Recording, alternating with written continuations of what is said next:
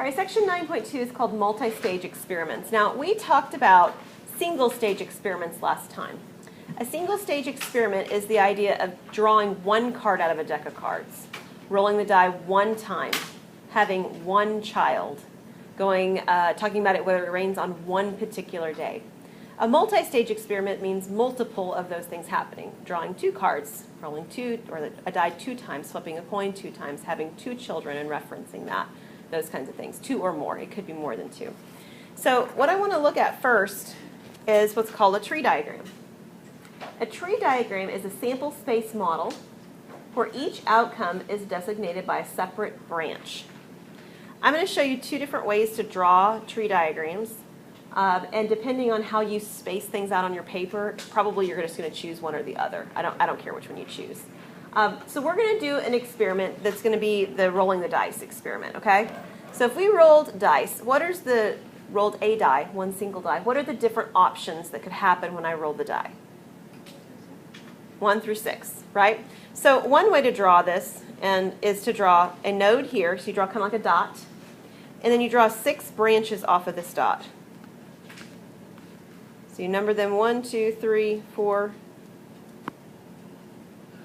5, and 6. 6 of these, and having space on your paper when you draw them may seem a little bit cumbersome to be drawn this way. So sometimes I have students that like to draw it sort of in a downward description like this, because they feel like they can manage the space on their paper a little bit better.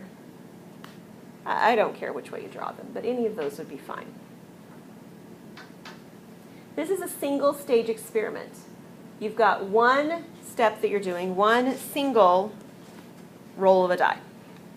Okay? So let me show you what happens if you do this twice. So if you do this twice, and this is where I need more space, you draw the first picture, 1, 2, 3, 4, 5, and 6. And then away from each of those numbers, you have to draw 6 branches. Most of our diagrams are not going to have 6 options twice in a row, okay? So you're not going to be doing diagrams that look quite this busy. So you'd be right 1, 2, 3, 4, 5, and 6. And you do that off of each of your branches, and you can tell I've already lost all the space that I possibly had here. Looks like a fan spreading out or something like that.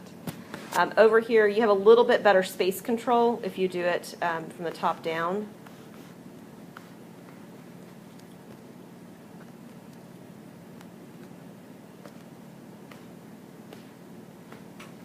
Because then off of each of these branches, you have 6 more.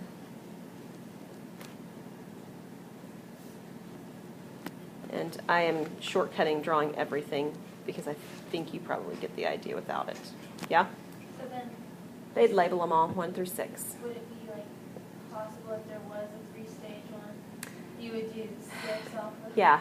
Yeah, our diagrams are for the most part not going to have 6 branches on them. They're going to have either 2s or 3s. So the diagrams are not going to be nearly as tedious to draw as what I'm showing you here. But this is the process by which you draw them. Okay? The other thing that's missing on these diagrams right now is the probabilities. We're going to write the probabilities along each branch. So let's take that first single-step diagram that we drew up here, 1 through 6 in the middle. And what it means then is to write each probability. What's the probability that I'm going to roll a 1? 1 out of 6. So I'd write 1 over 6 along this branch, or along the branch over here. What's the likelihood that I roll a 2? 1 out of 6. And a 3. And so forth. We go all the way around. Okay? So a tree diagram will be considered complete if it has the probabilities included along the branches. Now, the example we just did is a little bit simple in the sense that all of the branches' probabilities match. They don't always match, all right? They don't always have 6 branches and it's 1 out of 6. That worked out really nicely here, but you're going to see some examples where it doesn't work out that they all match. I don't want you to think, hey, just because I have 6 branches, I've got a 1 out of 6 chance. It's not how it exactly works, okay? All right, so let me talk about a little bit about the multi-stage rule here. And we're close to having an example. The multiplication rule for a tree diagram says that if you have a multi-stage experiment, that was like the second set of tree branches down here, if you have this kind of an experiment, that you can find the outcome of the two pieces of that in succession by multiplying along the branch of the tree.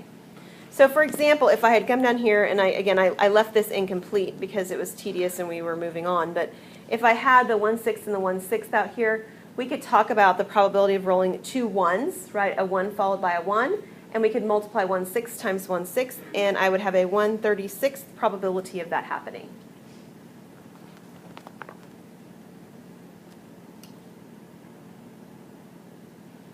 And you can do that along any branch. And that's why our branches on our trees are going to include those probabilities as we work. So we can find the total probability of something happening by multiplying along tree branches. You always multiply along tree branches. You never add. Okay, write that down. If you're trying to find a branch of a tree, it's multiplication. Always, always. It's one of those cases where you can use the word always and it actually works. Okay? Multiply along tree branches. Now, here's a note here in red.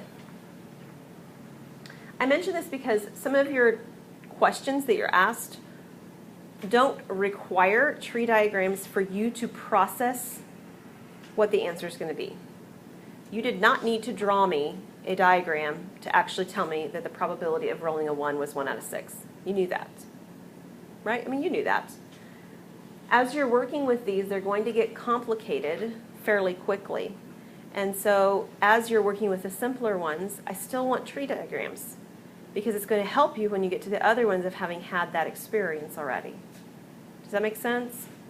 So I don't care what the directions say or don't say, you're going to draw a tree diagram or some variation of something like a tree diagram, and you'll see when you get to your group work what I mean by that as you're working. So I put this note that says allow yourself space for doing this because some of you like to skip a problem and leave some space to come back to it later. So just keep that in mind as you're working. If you're skipping something, to allow yourself a good chunk of space. This probably is, at least from what we've done so far, you may have more space needs in Chapter 10, but this is definitely the assignment where you're going to need more space on the problems than you've seen in the other sections. Okay, so allow yourself the space. All right, so I mentioned this phrase here just a moment ago, independent events. Independent events happen when the occurrence of one event has no influence on the outcome of a second event. That was something like that coin flip, right? In that last example in the last section. Right? It doesn't matter if I flipped 5 heads in a row. The next flip is completely independent. It has no effect on the outcome of the next one. That's why sometimes you see families that have 6 children and they're all boys. Or they're all girls, right?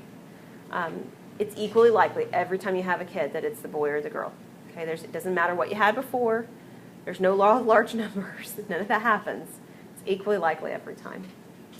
For any independent events E1 and E2, if you want the probability of E1 and E2 occurring, then this is the probability of E1 times the probability of E2. This only works if the events are independent. There is no correlation between the two. So if you wanted to know the probability of rolling, or not rolling, let's use the coin toss. If you want to know the probability of flipping a head and then a second head, well, you just take the probability of flipping one head, which is 1/2, and you'd probably take the probability of flipping one head, which is 1/2, and you'd multiply them together, you get 1/4. Okay, if you want the probability of flipping 3 heads, well, it's 1/2 times 1/2 times 1/2, which is 1/8. Okay? All right, so here's an example, and I'm throwing you in an example very quickly of something where they're not equal probabilities, because we haven't seen this happen pretty much at all yet. We talked about it a little bit when we were doing the equally likely with the cards, but we didn't do a diagram to show this. So here's an example. We've got a committee, and it consists of 10 members, 4 women and 6 men. That's important information. 3 members are going to be selected at random, so 3 are selected, to attend a meeting in Hawaii. How nice for them, right? Yes. We would like to know what is the probability that all 3 selected are women. So we could answer this question without a tree diagram.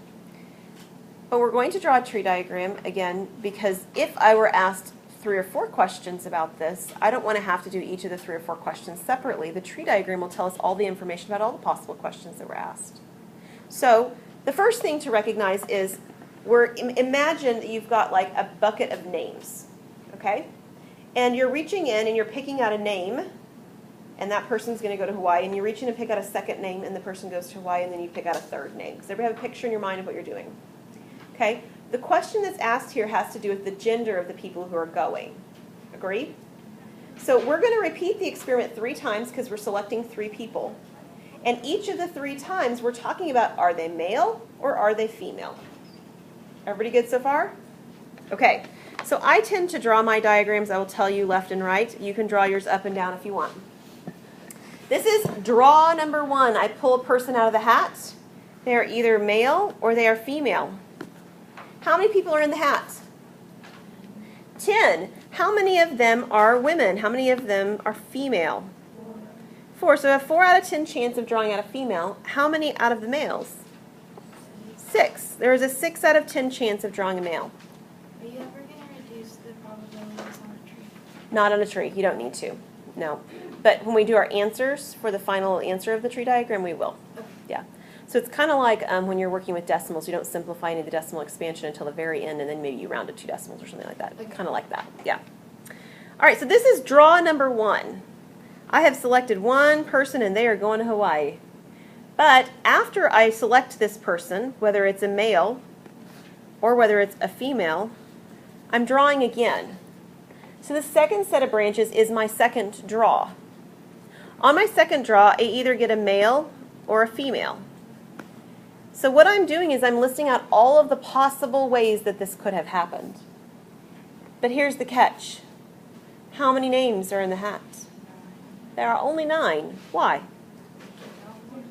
One person was already drawn. We wouldn't want to put their name back in the hat because that wouldn't make any sense. Agreed? They're already going. Sending them twice to the same conference is not even practical. I mean, that doesn't make sense in the context of the problem. So you have to look at the context as to whether or not it makes sense to talk about replacement of something. Okay? All right, so the difference happens, though, is that my probabilities are not 6 out of 10 and 4 out of 10 anymore because there's only 9 names in the hat. All right, so let's look at the very first tree branch. The very first tree branch says that I drew a male already right here, and now I'm drawing another male. How many males are currently in the hat to select from if I've already picked a male? There are 5 left out of how many total names? 9. So if 5 of them are males, how many are females? 4. The same 4 that were in there originally because none of them got picked out of 9. Okay, everybody good with that branch? Or that set of branches? All right, but down here below, now we are assuming that you drew a female the first time. So if you drew a female the first time, how many males are in the basket of names? 6. Out of 9. How many females are in the basket? 3 out of 9. And this second set of branches is pick number 2, right? This is draw number 2 out of my hat. So I'm repeating the experiment a 3rd time because I'm supposed to send 3 people on the trip. So from here, I've got one more set of branches.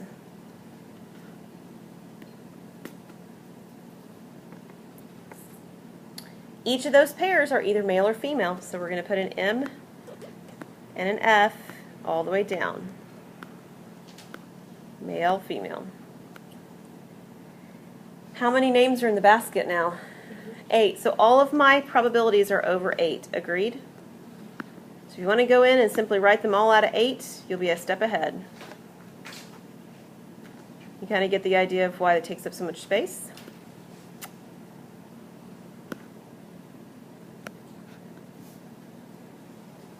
All right, all out of 8. All right, very top of the diagram, I have selected 2 males. How many males are still in the basket? 4 is correct. I started with 6 and I already picked 2. So how many females are in the basket? Also 4. Is everybody good on the 4 8s and 4 8s there? Okay. How about after that? Females, males. Well, let's see. The next set of branches, I selected first a male and second a female. So I've already got 1 man and 1 woman that I have selected. How many men are left in the basket? 5, right? Because I originally had 6. I've selected one of them, so now there's 5. So how many women are left in the basket? 3. So in this set of middle branches right there, where the second set of MF on the right-hand side, 5/8 and 3/8. All right, the next set of branches were when I selected a female first and then a male. And if I selected a female first and then a male, I still selected one female and one male, right? So how many females are in, or how many males are in the basket? And how many females? Right, so 5 and 3 respectively. And then along the very bottom branch, I've selected 2 females. So how many males are still in the basket? 6, and how many females? 2. This is a completed tree diagram. All right? This is complete. Now we're actually ready to answer the questions that were asked. The question on this one that's asked is, what is the probability that all 3 selected are women? So, where is that? Yeah, that is this branch down here, right? That is 3 females in a row selected.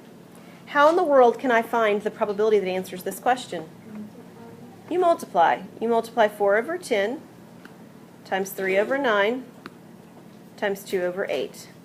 And my suggestion to you would be to reduce this, like you mentioned, Allie, before we even multiply, because the multiplication of the fractions will be easier if we look for common things along diagonals, right? So for instance, 4 and 10 reduce to what? 2/5. 3 and 9 reduce to what? 1/3. And 2 and 8 reduce to what? 1/4. So my problem simplifies quite a bit to 2 over 5 times 1 over 3 times 1 over 4. There's one more simplification you could do if you'd like. Do you see it? Yeah, this 2 is along the top, this 4 is along the bottom. Right? They're cross diagonals from each other. That's a simplification. So I can put a 2 down here. So we end up with 1 out of 5 times 3 times 2, which is 30. 1 out of 30 chance that all 3 people who go on the trip are female. Not very likely. Agreed? Okay, so let me ask you a different question about this. What if the problem didn't say, what is the probability that all 3 go are women? What if it said, what's the probability that at least one man goes? Well, what we could do is we could take every branch that has an M in it. We could multiply along every branch, right? And that would be giving me a whole bunch of probabilities over here on the right-hand side. And then I would take those probabilities along the right-hand side that all had men in them, and I would add them up. Okay, so you multiply along the branches, and then you add up the results of those multiplications. But that's the hard way to do it. Because, yes, Hannah? I was just going to say, What could you do? Go ahead. could you go down, like, multiply 4 10s, 3 9s, and then go up where it's an M, do 6 8s? Well, that would be giving you one of the branches with men in it, but I think you're missing a whole bunch of them if you do that. Take a look. This first branch has 3 men. That's at least 1 man. Second branch has 2 men. It's at least 1 man. The third branch has 2 men. It's at least 1 man. The fourth branch has 1 man. The fifth branch has 2 men. The sixth branch has 1 man. And the seventh branch has 1 man. You'd have to have all of those probabilities multiplied along all the branches, and then you'd have to add them up. What's the easier way to do that? Yes? Subtract the total from the ones that have just female. Right. So remember there was a probability theorem that says if you want the complement, the probability of A complement is 1 minus the probability of A. So if I want the probability of a certain event happening that's got a whole bunch of these branches adding together, in particular this one would be every branch except the last one. It'll be a whole lot easier, instead of figuring out what all those individual branches are, to find the one branch that I didn't want to have happen and find its probability and take it away from 1. So instead of getting a 1 out of 30 chance of getting all women, what's the probability that at least 1 man goes on the trip? 29 out of 30. And that would be a whole lot easier than multiplying 7 branches and then adding 7 branches together. Okay? So be aware of the phrases at least and at most. We've talked about them last time. I know it's been a little while, but it's been a week. But those phrases can catch you at times to make things easier if you're being aware of them. It would still work if you did it the other way. You just probably would take about 5 times as long because you're going to have to multiply so many things together and add them up. All right, let's take a look at another one. This one says, a box contains 5 slips of paper, numbered 4, 6, 7, 8, or 9. The first player reaches into the box and draws out 2 slips and adds them up. If the sum's even, the player wins. If it's odd, the player loses. Okay, does everybody understand what's happening?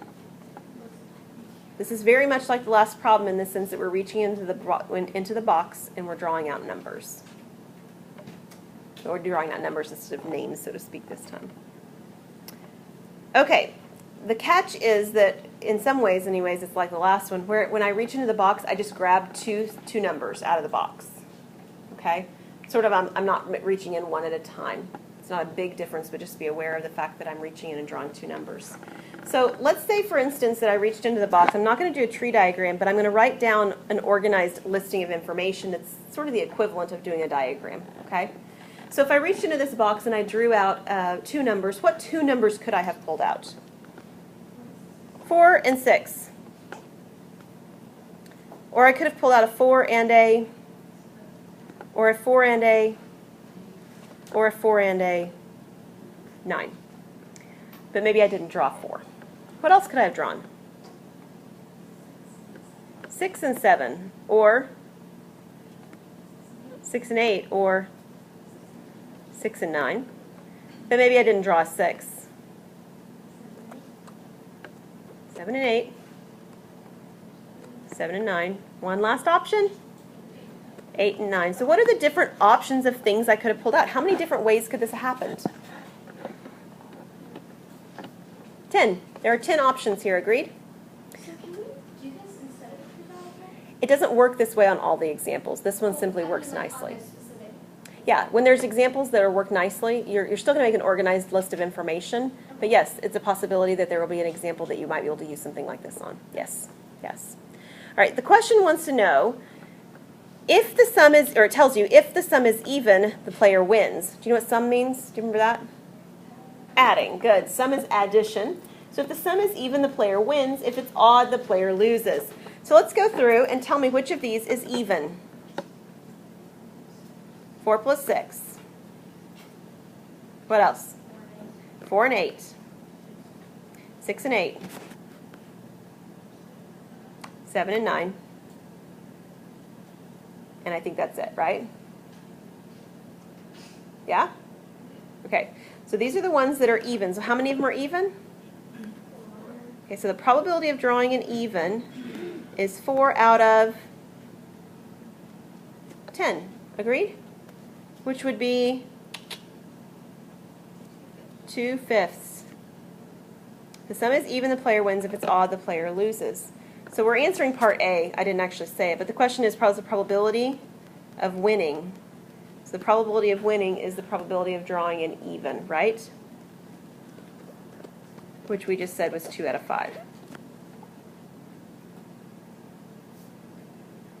Now we're about to change things on part B. Part B says, what if we did the problem a little differently? What if instead of wanting the sum to be even, we looked at the product being even? Okay? So we have the same list of options here.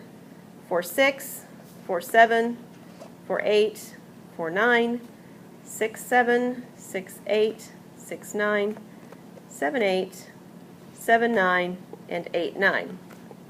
But the question is, which ones of these are even when you multiply?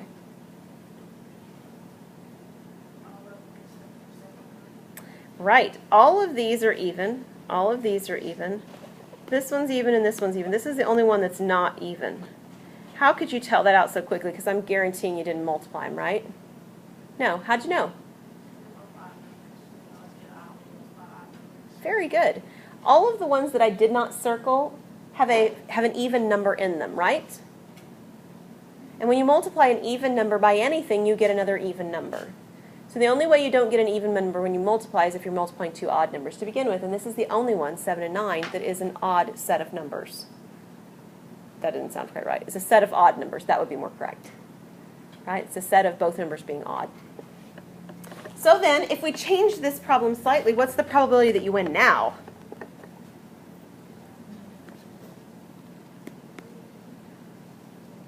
Probability of even product is 9 out of 10, isn't it? Exactly. Any questions on that one? Okay, we're going to do one with a spinner next. 2 spinners, actually. So suppose that you have an experiment, and the experiment is spinning these 2 different spinners. This is spinner X, and this is spinner Y. So spinner X has 2 numbers on it, 1 and 2, and they're equally likely because it's half and half, right? Spinner 3 has 3 numbers on that, and if it's been drawn properly, and we're going to assume that it's pretty close, it's equally likely, so they're all a 1/3 probability. Everybody good with that so far? Okay. So it first says to find the sample space. Now we talked about sample spaces last time, but we didn't do it for a multi-stage experiment. So it looks a little bit different, but sample spaces always have curly braces. They say S equals. And what we're going to do is every time we roll or spin, in this case, one of these spinners, we get a number.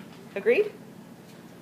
So we either get a 1 or a 2 with spinner X. So if I spin spinner 1 and I get a 1, what's my second option? What's the other thing I could get when I spin an other thing when I spin spinner Y? I could get a 1. Or I could spin spinner X and get a 1 and spin spinner Y and get a 2. Or I could spin spinner X and get a 1, or I could spin spinner Y and get a 3. What else could I do? Yeah, I could do the same thing with getting a 2 on spinner X. So I could do 2, 1, 2, 2, and 2, 3. Now these are all equally likely because the probability here of spinning anything is the same, right? And the probability here of spinning anything is the same. So all of these outcomes are equally likely. Agreed? They all have a 1/2 times 1/3 probability. These are all 1/3, and these are all 1/2s.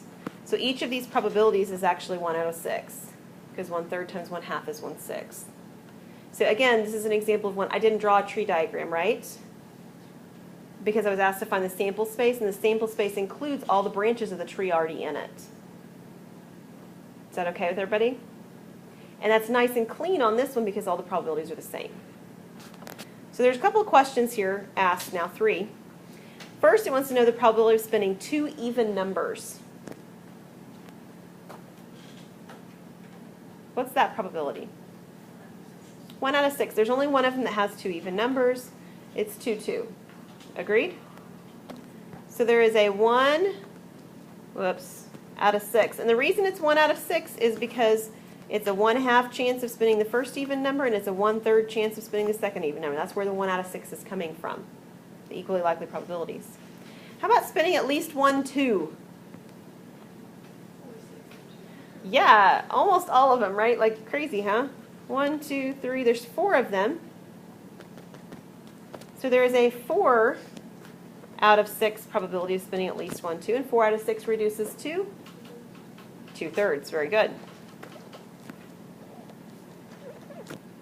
How about spinning? Exactly 1, 2. How many? 3 out of 6. So we have the same ones that we were looking back with over here, except that we exclude the number 2, 2, because that has 2 2s in it, and we want exactly 1, 2. 3 out of 6 is 1/2.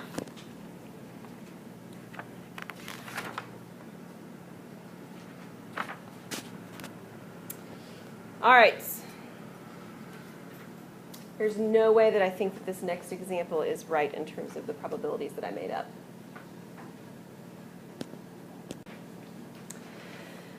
So here's an example. When I purchase a new shirt for my son, there's a probability of 0.15 he will stain it the first time he wears it. I'm fairly certain that's higher than that probability.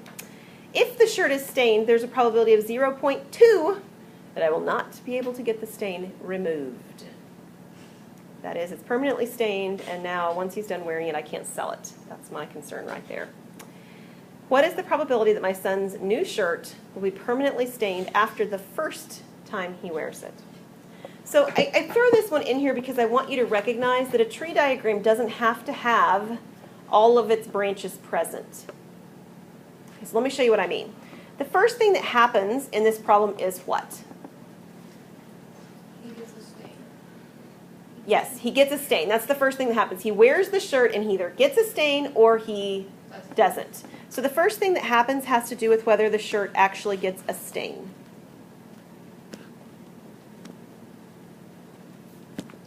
Now, what's the chance that he gets a stain?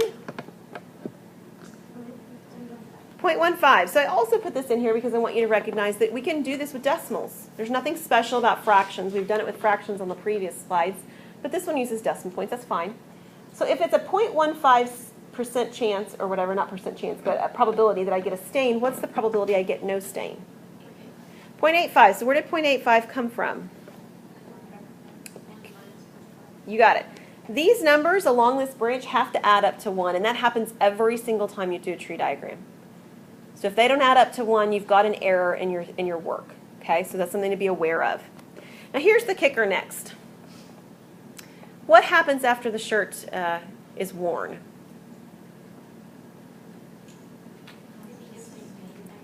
If it gets stained, what happens, Kieran? It could be permanent or could not. Right. So I'm going to wash the shirt, right? If the shirt is stained, whoops, I could have a permanent stain, or it could be removable, right? I might be able to actually wash it and no more stain. All the more reason for washable markers, right? It's a good thing. I don't need to draw another set of branches off of no stain. Why? Because you don't have a stain. I don't have a stain. If I did, it would look something like this. Here's permanent, here's removable. Well, the removable would be 1 because there was no stain, and the permanent would be 0. That's not a very helpful piece of the diagram. It's not necessary because the shirt wasn't stained. So we wouldn't need to draw another set of branches here. So I have what looks to be a very different looking diagram. There's not an equal number of branches off every branch. All right, so permanent stain. What is the likelihood that it is permanently stained? 0.2. How about the likelihood that I can remove it? 0.8.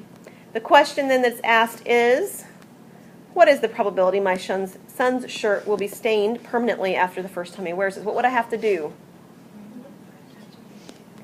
Yeah, I want this very top branch, right? It's stained and it's not coming out. So this probability is 0.15 times 0.2, which is what? 0.03. It's got to be higher than a 3% chance. I just know it in my bones. There's no way the 3% chance works here. But it works with the problem. Okay?